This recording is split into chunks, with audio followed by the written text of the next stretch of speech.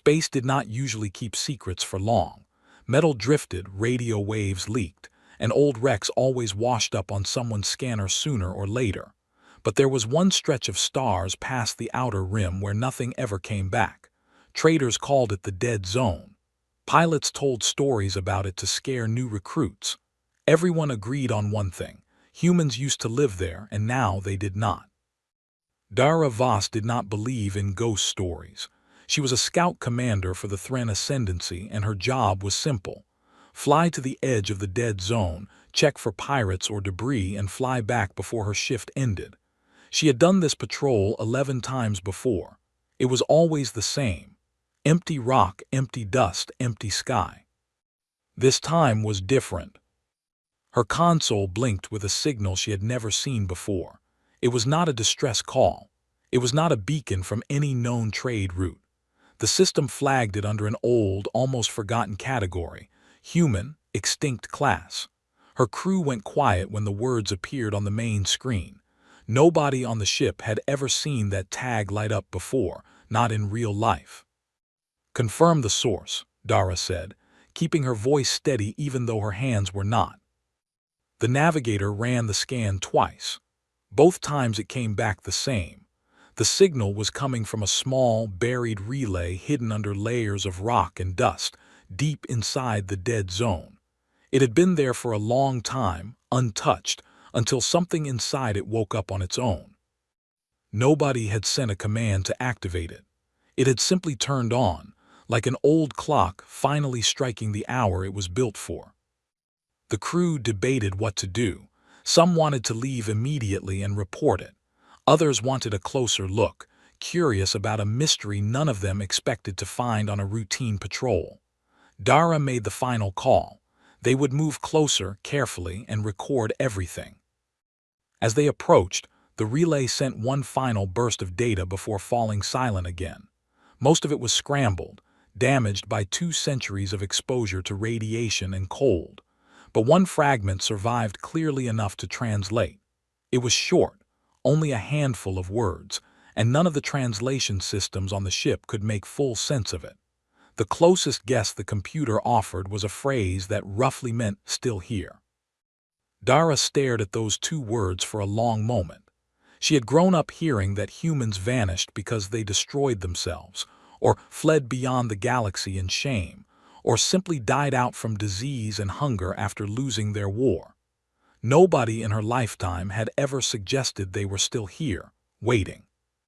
She ordered her crew to gather everything they could and return to base.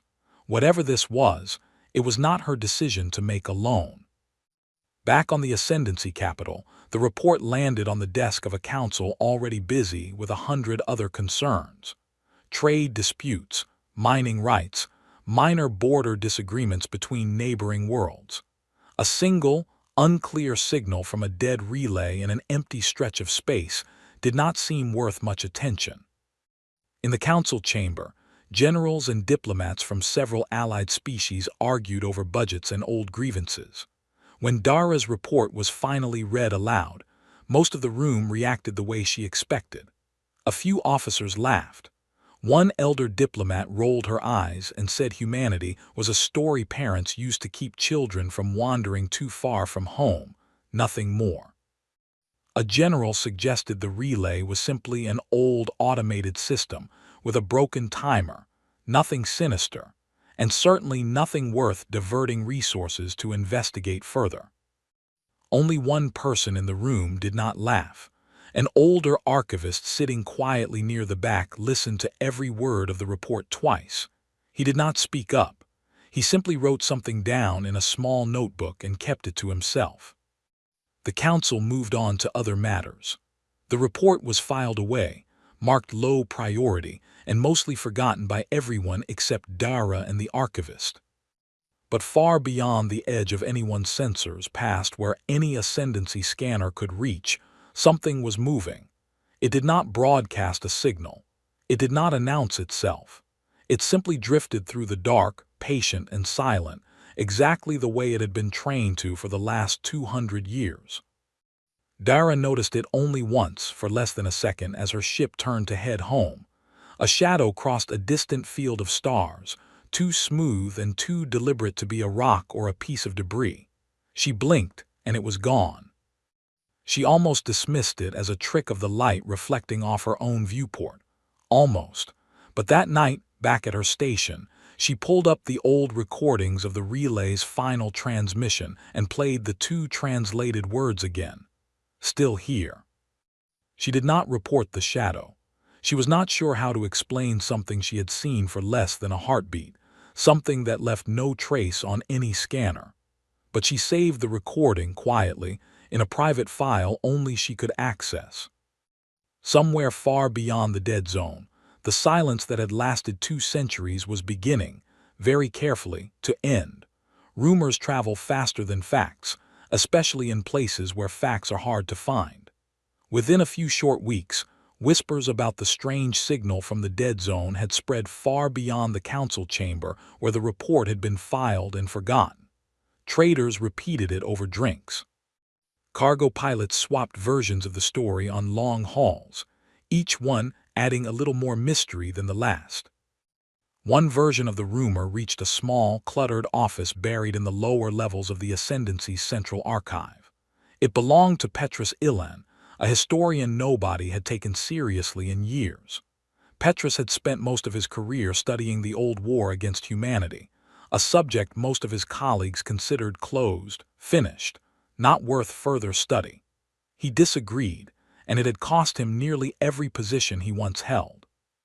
When he heard about the signal, he did not laugh the way the council had. He pulled out a folder he had kept hidden for over a decade, filled with notes that no publisher had ever wanted to print. His research told a very different story than the one most people believed. According to official history, humanity lost the long war against the Ascendancy and its allies, and what remained of their broken civilization eventually collapsed on its own, from hunger, disease, or infighting. It was a tidy story, and it made everyone feel safe. But the records Petrus had gathered over the years did not support that story. Battle logs showed humanity winning several major engagements before the war ended, not losing them. Supply reports showed human shipyards still active and even expanding in the final years before contact stopped completely. None of it matched the picture of a broken, dying species. Petrus had a different theory, one that had gotten him removed from his teaching post years earlier. He believed humanity had not lost the war at all. He believed they had made a deliberate choice to disappear, following an old plan his notes referred to only as the fleet doctrine, a strategy to withdraw completely, rebuild their strength somewhere hidden, and return only when they were ready. Nobody wanted to hear it. Historians called it fantasy. Politicians called it dangerous nonsense that could stir up unnecessary fear. Petrus had learned to keep his theories to himself, sharing them only in private notebooks nobody else read. The new signal from the dead zone changed something in him. For the first time in years, he felt like he might not be wrong. He spent the following days digging through old files most people had forgotten existed, cross-referencing supply routes, shipyard blueprints, and fragments of encrypted human communication captured decades ago. Slowly, a pattern began to form, one that lined up almost perfectly with his old theory. While Petrus worked alone in his office, strange reports began arriving from small mining outposts near the old human border. A supply ship lost power for exactly 11 seconds before restarting on its own, with no explanation from its systems. A patrol drone near an abandoned colony simply stopped transmitting and was never found again. A mining crew swore they saw lights moving in a supposedly empty asteroid field, lights that vanished before their own drones could confirm anything. Individually, each report seemed small enough to ignore. Equipment failed all the time. Drones malfunctioned. People imagined things in the dark, but Petrus noticed something the others missed. Every strange incident had happened along what used to be old human patrol routes, routes that had not been used in 200 years. He began mapping the incidents on an old star chart, one line after another, until the pattern was unmistakable. Something was moving along those forgotten paths, carefully, methodically, almost like a survey being taken before something much larger arrived. Petrus tried again to bring his findings to the council, requesting a formal hearing to present his research. His request was denied without explanation. He was reminded, not for the first time, that his theories had already damaged his reputation enough. Officials suggested he focus on less controversial projects if he wanted to keep any position at all. Frustrated but unwilling to give up, Petrus continued his work quietly, alone, late into the night. He did not know who else might be paying attention, or whether anyone would ever believe him. Then, late one evening, a message arrived on his personal terminal from an address he did not recognize, hidden behind several layers of encryption he did not know how to trace. The message contained no words, no explanation, nothing that identified who had sent it. It contained only a single set of coordinates, pointing toward a location deep inside the old human border, a place no official ascendancy record had ever mapped. Petrus stared at the coordinates for a long time before finally writing them down in his notebook, right below the notes he had made about the fleet doctrine years earlier. Whoever, or whatever, had sent that message clearly wanted him to know something. He just did not yet know if that was a warning or an invitation. Some places are built to be found. Others are built to disappear. Anchor Point was the second kind. Hidden behind a thick nebula that scattered every scanning frequency known to any outside power, it did not appear on a single star chart beyond human control. For 200 years, it had existed exactly the way its builders intended, unseen, unheard, and unimaginably busy. Inside its vast hollowed-out asteroid shell, the sound never stopped. Metal presses hammered new hull plating around the clock. Engineers moved between construction bays the size of small cities, checking reactor cores that hummed with barely contained power. Children born inside Anchor Point grew up never once seeing open sky, only the glow of shipyards stretching farther than any single person could walk in a lifetime. This was humanity's answer to a war it refused to lose slowly. Fleet Admiral Owen Blake walked the length of one such construction bay, boots echoing against the metal floor, eyes fixed on the massive shape taking form above him. After 2 centuries of planning, building, and waiting, the flagship known as Constant Dawn was almost ready. Its hull alone was longer than any ship humanity had built before the war, a floating monument to everything the species had learned in exile. Blake had inherited command from a long line of officers before him, each one passing down the same mission along with the same uniform: rebuild, grow stronger, wait for the right moment. He was the first in that long chain who might actually live to see the plan completed. Not everyone shared his sense of urgency. In the Central Council Hall, General Laura Simmons studied the latest reports with a far more cautious eye. She had spent her career managing the delicate balance between military ambition and civilian survival, and she was not about to let 2 centuries of careful work be undone by impatience. "We are not ready," she told Blake plainly, during one of their frequent disagreements. "One ship does not make a fleet, Owen. We still have colonies rebuilding their populations. We still have systems that need another decade, maybe more, before they can support full mobilization." Blake did not disagree with her numbers. He disagreed with her timeline. "They already found the beacon," he said. "It may have been an accident, an old failsafe nobody meant to trigger, but it happened. And their patrols are already testing our old border. We do not get to choose when this begins anymore, Laura. We only get to choose how ready we are when it does." Their argument was interrupted by a young engineer named Grace Kim, who had spent the last 3 years leading the final testing phase for Constant Dawn's reactor systems. She arrived slightly out of breath, carrying a data pad she practically shoved into Blake's hands. "It passed," she said. "Every trial. Full power output, stable containment, weapons systems synced across the whole ship. She's ready, Admiral. Constant Dawn is ready." For a long moment, nobody in the room spoke. 200 years of planning had led to this exact sentence, spoken almost casually by an engineer still catching her breath. Simmons studied Blake carefully, searching his expression for any hint of hesitation. She found none. "You already knew this day was coming," she said quietly. "I knew it would come eventually," Blake admitted. "I did not know it would come this soon." He turned to the massive viewport overlooking the construction bay, watching Constant Dawn's hull catch the dim light of Anchor Point's internal systems. Behind that single ship stood hundreds more, some fully complete, others still weeks or months from launch, all of them built for exactly this moment. Humanity had not spent 2 centuries hiding out of fear. It had spent that time building, deliberately and patiently, waiting for a day none of them were certain would ever actually arrive. Now that it had, there was no version of the plan that involved waiting any longer. Blake called for a full council session that evening, gathering every remaining leader from Anchor Point's civilian and military branches into a single chamber for the first time in years. Simmons still had concerns, valid ones, about resources, about readiness, about the risk of moving too soon. But even she could not deny the simple truth sitting in front of all of them. The galaxy already knew they were out here.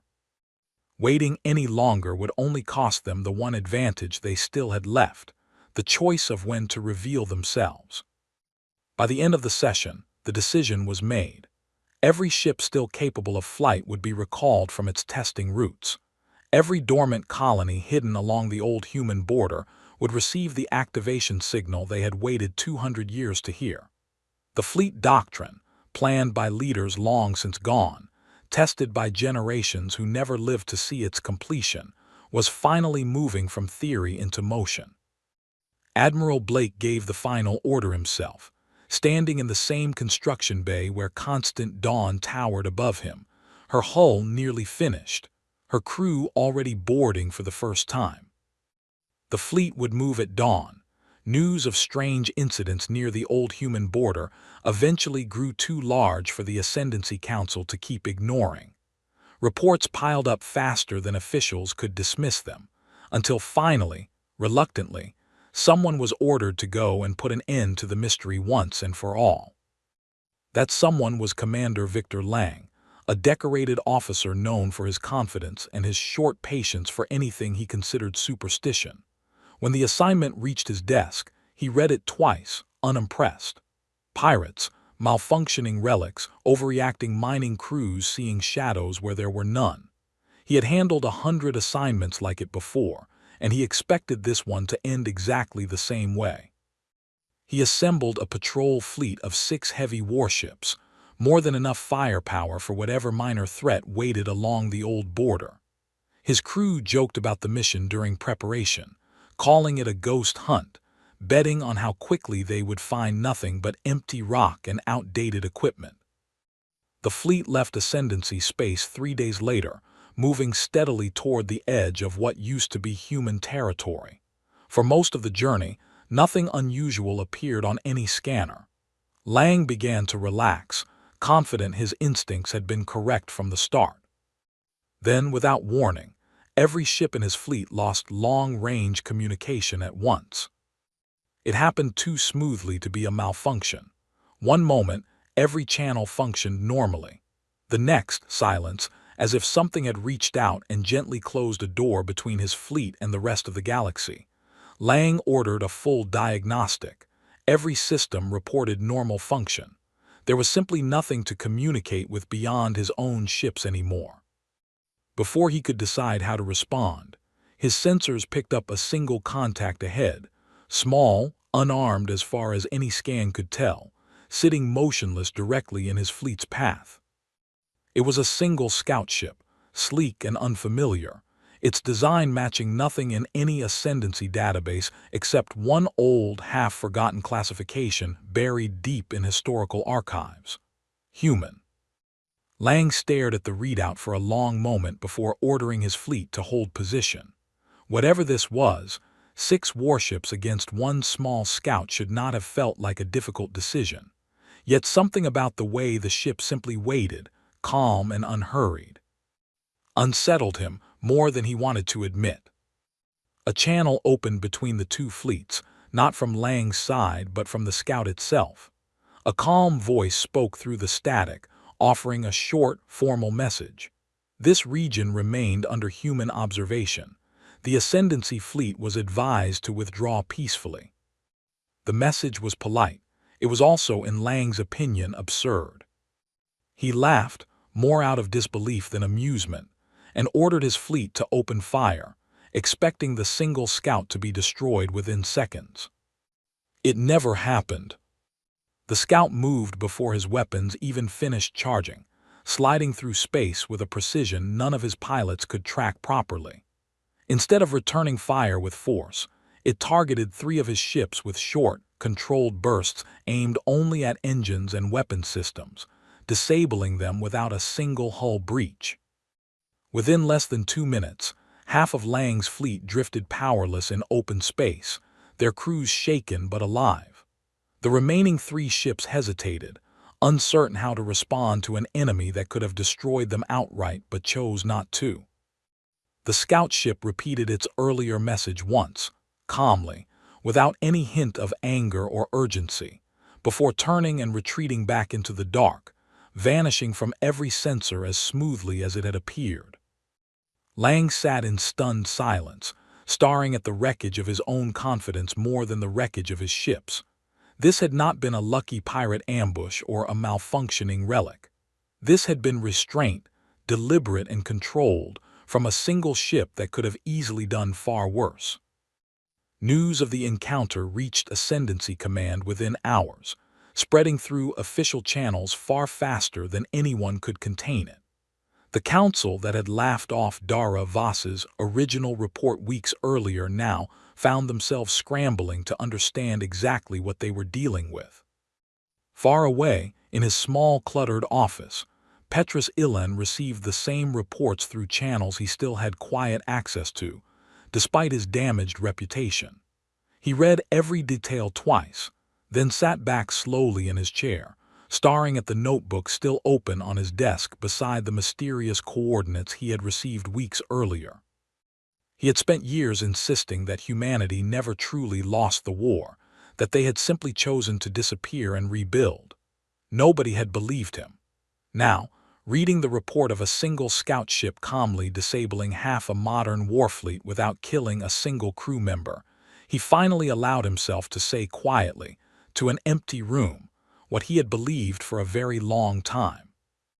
They were never gone. They were only waiting.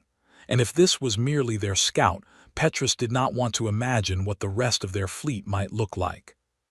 The sky over the old human colony of Ridgeline had been empty for 2 centuries, filled with nothing but stars and the slow drift of debris left over from a war most residents only knew through second-hand stories. Its current inhabitants, mostly settlers from smaller ascendancy-aligned species, had grown used to a quiet, uneventful horizon. That horizon changed in an instant. Without warning, space itself seemed to fold open above the colony, revealing ship after ship emerging from some kind of hidden passage none of their instruments had ever detected before.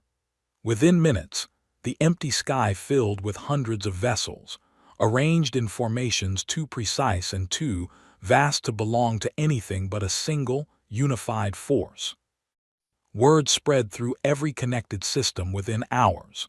The legendary fleet, the one dismissed for generations as myth, had returned in full. Dara Voss watched the reports from her small patrol station near the edge of the old border, her hands trembling slightly as she compared the live feed to the shadow she had glimpsed weeks earlier and never fully explained to anyone. She finally understood exactly what she had seen that day, and how small a glimpse it had truly been. In the Ascendancy capital, panic spread quickly through military command. Council members who had mocked earlier reports now demanded immediate, overwhelming action. Every available warship across Allied territories received urgent recall orders, gathering into the largest combined fleet the Ascendancy had assembled in generations. Commander Victor Lang, still recovering from his earlier humiliation, was given command of the main strike force, partly as punishment, partly because nobody else had faced the human fleet firsthand and survived to report on it. He accepted the assignment with far less confidence than before. The two fleets met at the edge of what used to be human space, forming an enormous wall of ships on either side, separated by empty stars and 2 centuries of unresolved history. Admiral Owen Blake stood at the center of it all aboard Constant Dawn, watching the Ascendancy fleet gather in overwhelming numbers on his main display.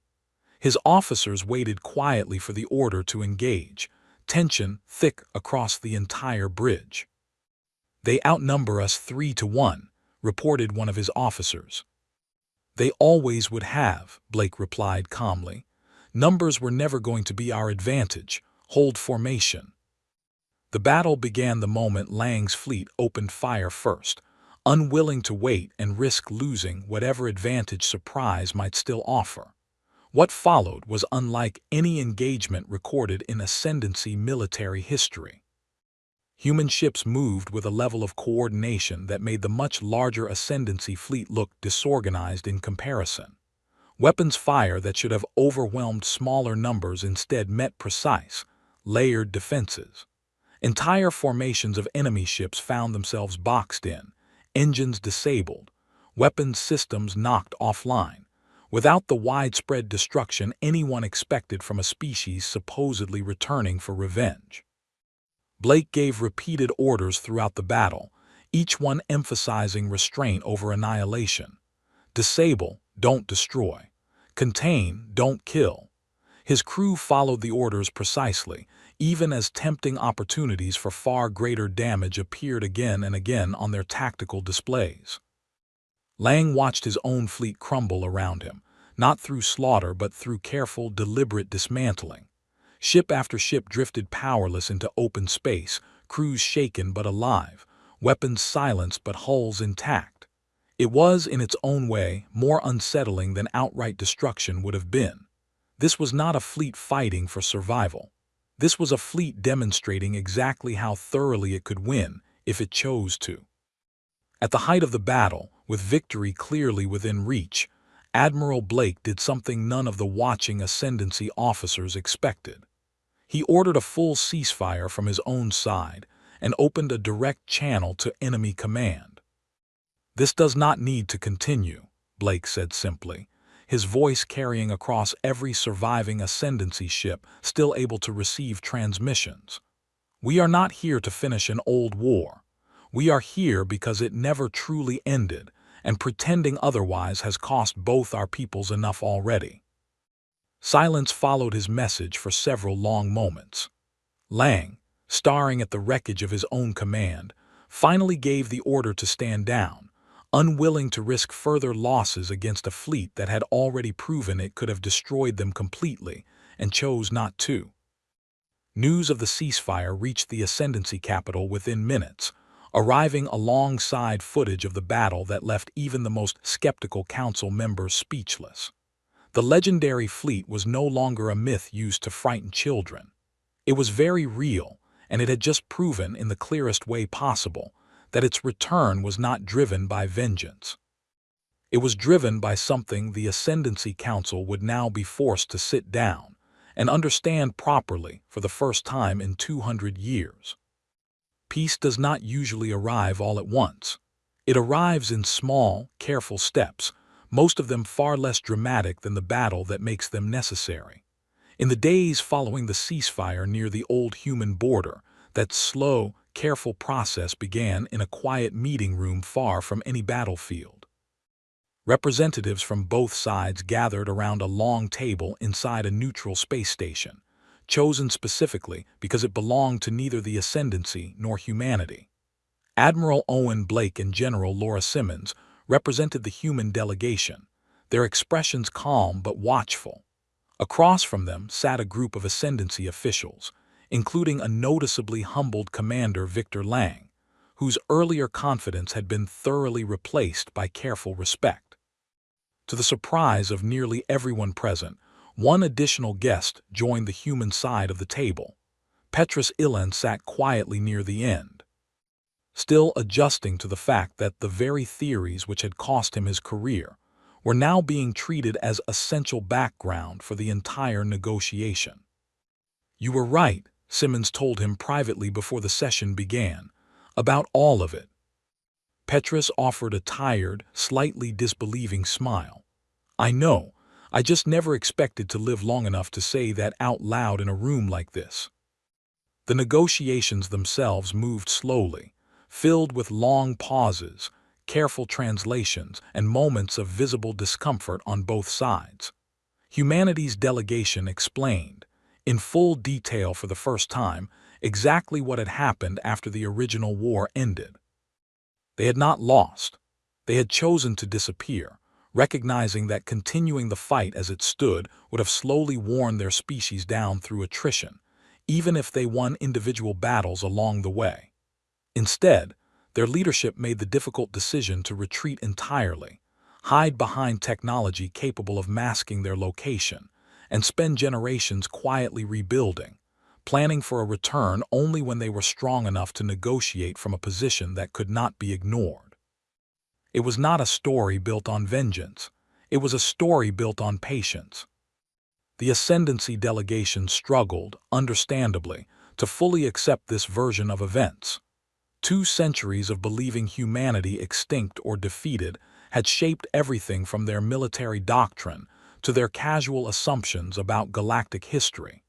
Admitting they had been wrong, publicly and completely, was not easy for anyone at that table. Still, the evidence was impossible to ignore. Battle footage, technical analysis of the encounter near the old border, and Petrus's carefully documented research all pointed toward the same conclusion. Humanity's return was deliberate, controlled, and ultimately intended to establish a new balance rather than settle an old grudge through destruction. Over the following weeks, careful negotiations produced a treaty neither side fully loved, but both sides could accept. The ascendancy formally recognized humanity's territorial claims along the old border, along with their status as an independent sovereign power rather than a historical footnote. In exchange, humanity agreed to open limited diplomatic and trade channels, a small but significant step away from the isolation that had defined the last 2 centuries. Dara Voss, who had first discovered the signal that started everything, attended part of the final signing ceremony as an observer, still slightly amazed at how far things had come since that quiet, uneventful patrol weeks earlier. She found herself standing near Petrus afterward, both of them watching the formal exchange of signatures from a respectful distance. "You knew before any of us," she said. "Why did nobody listen?" Petrus considered the question carefully before answering. People believe what keeps them comfortable until the truth makes that impossible anymore. I did not need everyone to believe me. I only needed to keep looking until the evidence finally spoke for itself. Dara nodded slowly, then extended a hand toward him, an unusual but sincere gesture of respect between someone who had spent her career defending ascendancy assumptions and someone who had spent his quietly dismantling them. Far above the station, Constant Dawn hung silently among a smaller escort of human ships, no longer hidden, no longer a rumor whispered by frightened traders. Admiral Blake stood on her bridge, watching the distant lights of the Ascendancy capital through the main viewport, allowing himself a rare moment of quiet satisfaction.